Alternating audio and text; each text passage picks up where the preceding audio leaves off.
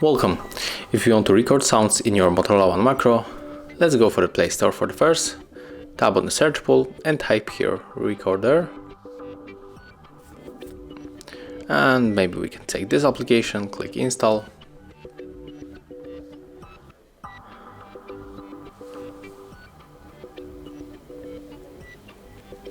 Tap open. And right now to start you have to click right here. Click allow.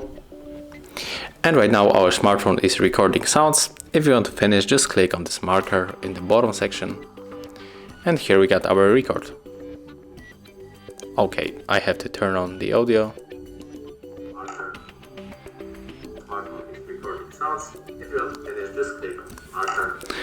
And that's how it works. Thank you guys for watching. Leave thumbs ups, comments, and subscribe to our channel.